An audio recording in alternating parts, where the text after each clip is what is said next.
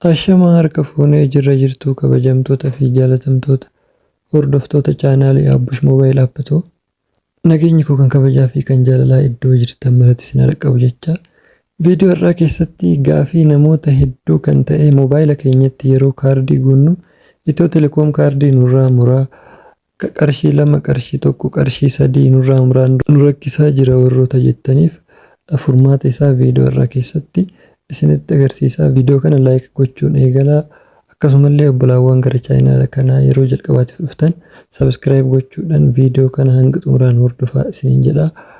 Amma isinitti hin dheeressuu kallattiimaan gara barnoota keenyaa haa dabarru.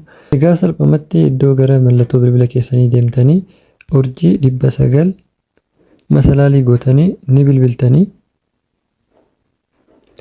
achi booda jalqaba laanguweejii filachuu barbaadan laanguweejii filattanii kiyyammaa Ingiliffa irra jira afaan Oromootti deebisee isinitti agarsiisa. Lakkoofsa 7 irra jira lakkoofsa 7 irra kilik gootanii laanguweejii jijjiirattanii achi booda as keessaa Amaariffa barbaadan Amaariffa afaan Oromoo barbaadan afaan Oromoo irra kaawwattanii anamma afaan Oromootti irra kaawwadhee isinitti agarsiisa. Lakkoofsa 3 irra afaan Oromoo ni jira. Achi booda haala kanaan qooqa jijjiiree jira. Achi booda ammas urjii 900 masalaalii gootanii ni bilbiltanii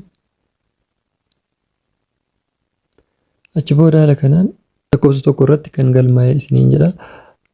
Kan galmaa'ee ilaaluudhaaf lakkoofsa tokko tuqxanii seend gootan jechuudha. As keessatti akkuma argitan kiyya kan galmaa'ee hin jiru jechuudha.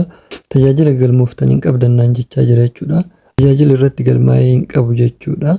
Sagalee waamichallee hin qabu jechuudha. Isin irratti asirratti yoo galmooftanii jiraattan bakka isin irratti galmooftan hundasaa asirratti isiniif hima jechuudha. Achi booda of duuba deebitanii hundasaatu ofirraa dhaabuu ni dandeessan yoo barbaadan tokko tokkoon ofirraa dhaabuu ni dandeessan jechuudha. Sagalee waamichallee yoo qabaate ofirraa dhaabuu ni dandeessan lakkoofsa 4 irra kunoo CRBT kan jedhu kana sagalee waamichaati jechuudha. Sagalee waamichaa yoo qabaattan CRBT kanaan ofirraa dhaabdan jechuudha. Tokko tokkoon dhaabuu barbaadan kunoo tokkoon dhaabuuf kan jedhu ni jira lakkoofsa 2 irra jechuudha. Lakkoofsa 2 irra tuqxanii iddoo itti galmooftanii jirtanirra tokko tokkoon filattanii irraa dhaabuu ni dandeessan jechuudha. Lakkoofsa 2 irra tuqxanii garuu amma tajaajila irratti galmaa'ee tokkollee hin qabu waan ta'eef of duuba deebi'ee akkaataa itti dhaabdan isinitti agarsiisa.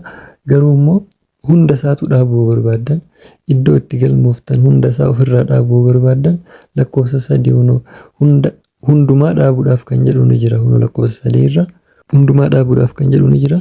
Lakkoofsa 3 irra kilik gootan hundumaa isinirraa addaan kutaa jechuudha. Iddoo itti galmooftan hundasaa addaan isiniif kutaa jechuudha. Lakkoofsa 3 irratti kilik gootanii seendii isin gootan hunduma isaatu tajaajila isin irratti galmooftan hundasaatu addaan isiniif kutaa jechuudha. Kiyyamma tajaajila irratti galmaa'ee tokkollee hin qabu koodii kanaan seentaniiti jechuudha kan ofirraa addaan kuttan. Urjii 900 masalaalii gootanii